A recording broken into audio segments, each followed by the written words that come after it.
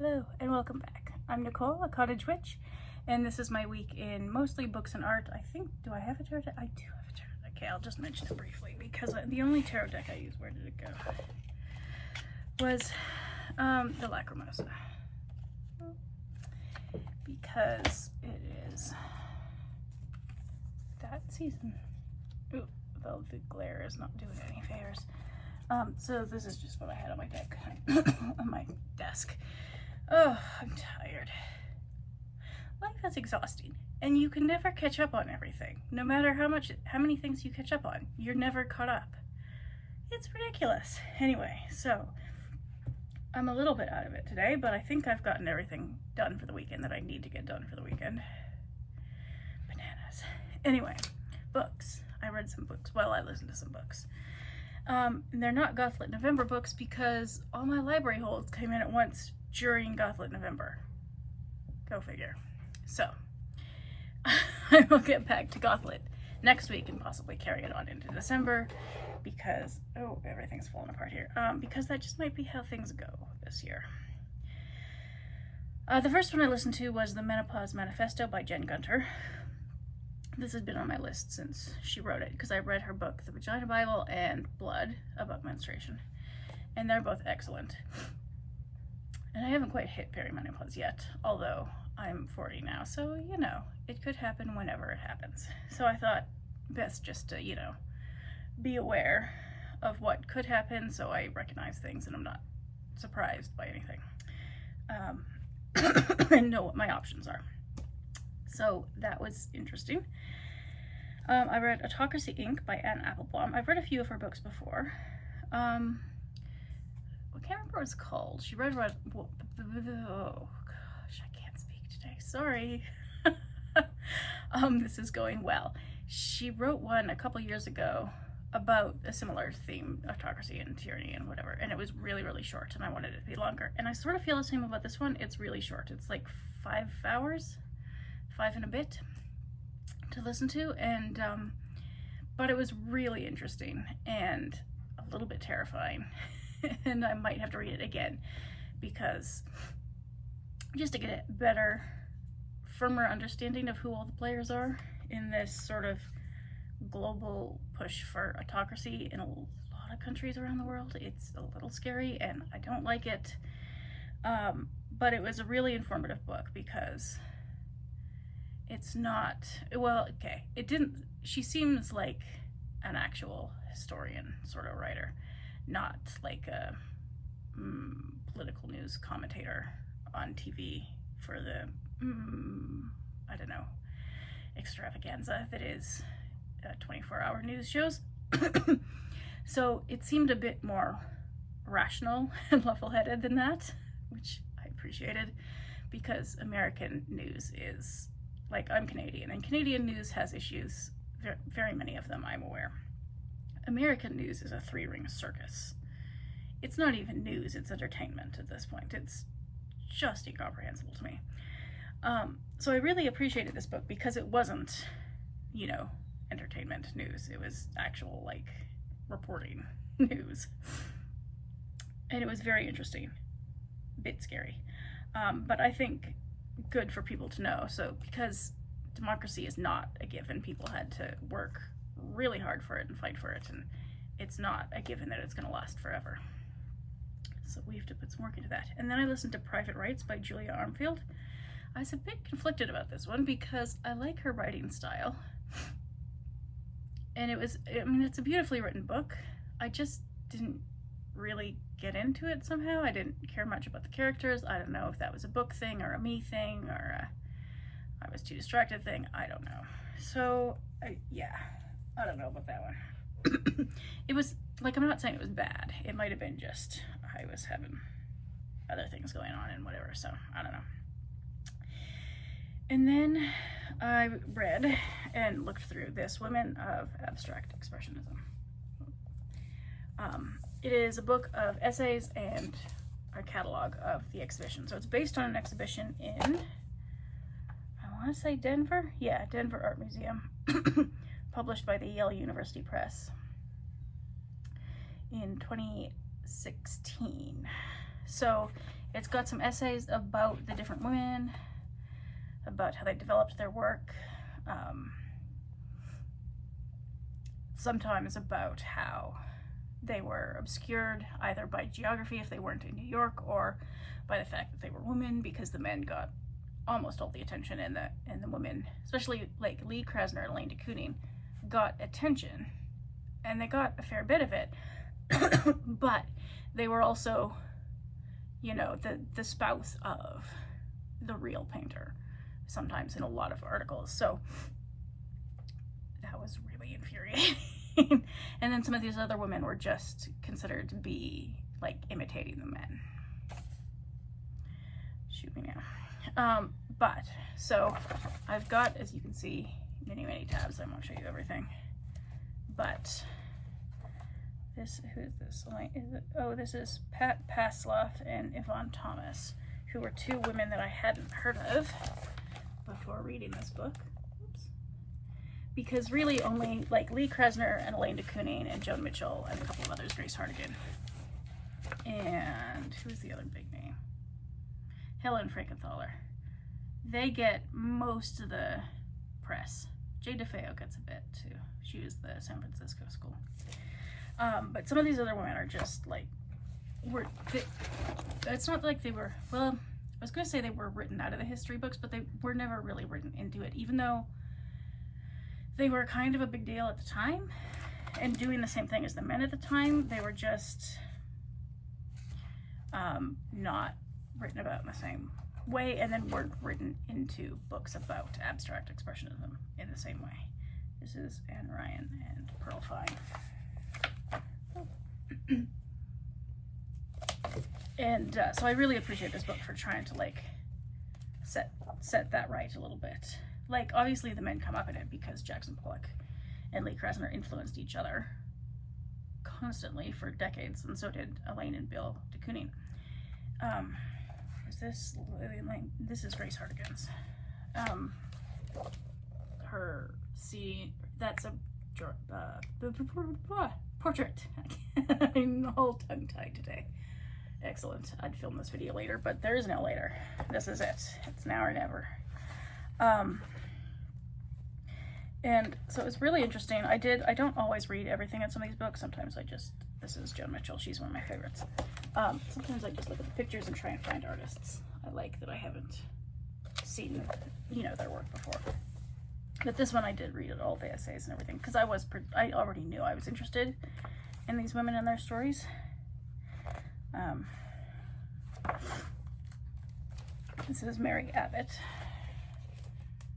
I think she was a mistress of Elaine de Kooning at one point. It got messy. I mean, it was the 60s for a while. Like, the 50s and 60s. It was a wild time. Alcohol after the Prohibition was abundant and caused all sorts of chaos. This is Elaine de Kooning. She did, this is Bill, but she did is it her who did a portrait of JFK? I think it was her.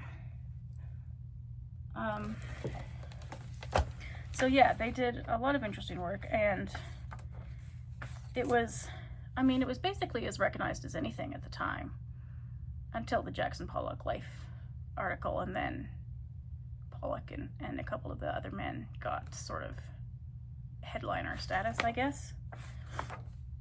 And I mean, I'm not saying he wasn't innovative. I'm just saying so was Helen Frankenthaler. So, you know, yeah. And I know this style of art isn't for everybody, and that's fine to not, you know, not like all of it. Sonia Getchtoff. I'm not familiar with her. I've got to look her up a little bit. And sometimes it's really, even though it's, you know, not even 100 years later, it's sometimes really hard to find material on some of these women. They're just not written about almost at all, which is disappointing. Get this out of the way. I won't show you this week, but I've got a weaving project on the go that's taking up a lot of space and causing some chaos. I mean, there's always chaos. What else is new? I got, last week, I showed some tubes of gouache paint that I got because they were on sale. And they're Fancy Pants Gouache. It's a Daniel Smith brand, which is expensive. But I got it for half price, and I was like, I can't turn that down. That's bananas. So I got them. And I made this little palette out of just those 3 colors plus white, which is, I think, pretty good range for those 3 colors. It was ultramarine, pyrrole red, and then Hansa yellow. Get all these colors. And so I did a bit of just like doodling on some of these little, this is one of these mini notebooks, sketchbooks. Can't speak today, as we've established, so I was mixing, this was my first attempt at a swatch sheet of what the colors can do, but I was just mucking about, and then I ended up by doing a more like official swatch with notes about what colors I combined and muddying up some of the colors over here, just playing with different, because they're very primary colors, all 3 of them, like very bright primaries. I just did a lot of playing around. I've never used gouache before, so I have no conception of what I'm doing. Oh yeah, this was trying to find out if the graphite stick was water soluble. It isn't really. And making some browns and grays as well. And then puttering about with landscapes and whatnot. And I've got to go back and work on a couple, because like some of them have interesting parts, and then some of them are just have boring parts. So I'll go back in and do some more work on one of those when I'm bored. I started just doodling a little. Yeah, so that was my little adventure with gouache. Because I wanted to try, like I have acrylic paints at home, and if I'm going to paint at home, mostly I'm going to use acrylic, although I really do love gouache, the matte sort of experience. It's beautiful. And I think it'll be fun with mixed media because you still get the texture of the paper. Like the acrylic sort of covers it up with this plasticky layer. So that'll be fun. But I also wanted a portable sort of palette. So I got an empty palette and filled it up that I can take out and about and home for Christmas or whatever, you know. And then I did a bunch of, so I have this, what's his name? Edward Newbridge. He did all these stills. I've showed this before. It's just a book of a bunch of the earliest stills from motion pictures, like back in the late 1800s. So they're not high def, but that's okay. They're not supposed to be. Where is my bookmark? So I was doing, I've said before, if you were here the last couple of weeks, that I'm working on the, what's it called? Art, not the portrait track, the anatomy and figure drawing track from Art Prof. There are a bunch of videos you can watch and different ways to do it. So I did like a ton of just, they're very light sketches. These are the 2-minute ones. So there's, I think it's 3 hours worth of 2-minute drawings that you do, which is not very long at all. And then 3 hours of 5-minute drawings, and that's the first module. So this is the last sort of collection, I think. Is this the last collection of the 2-minute? I did a ton of them. I won't show you all of them because that's boring. These were more scribbly, which was fun.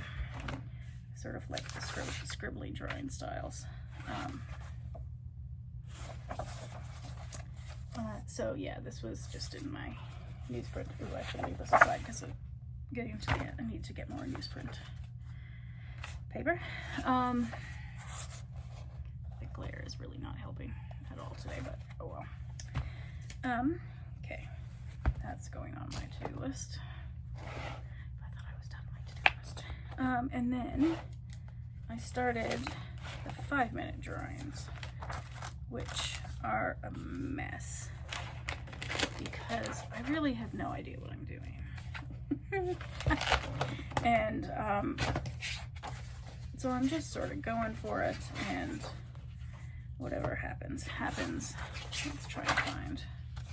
I did some upside down in the book because I wasn't watching what I was doing and just flipping pages. And so that was lovely. This sketchbook is too big. I mean, it's fun to have a big sketchbook, but it's hard to manage. As you can see, it's not going well. I mean, I'm not coordinated at the best of times. And then this was a negative space gesture drawing that I tried. It's kind of interesting. I don't know. And then what I'm working on today. So that's all the stuff that I'm sort of done with. Well, I still have to do more 5-minute sketches. That was the first hour worth. The thing I'm working on today is, well, yesterday and today, I started these just on, I had this paper that was just watercolor paper that I wanted to use up. And I had a couple new colors. I had yellow ochre and I had this anthraquinone red, which I'd never really used before. I mean, I swatched a few things with it, but that was about it. So I really wanted to experiment with it and see what it could do. So I made some abstract expressionists inspired doodles, and they're not done yet. I'm just, you know, I've got them out on a bunch of newsprint and just puttering and seeing what happens. And I've got some sandpaper here that I want to try sending back to some of the previous layers and see how that looks, and you know, just sort of experimenting. So it might be just a hot mess by the time I'm done. It's a hot mess now, but whatever.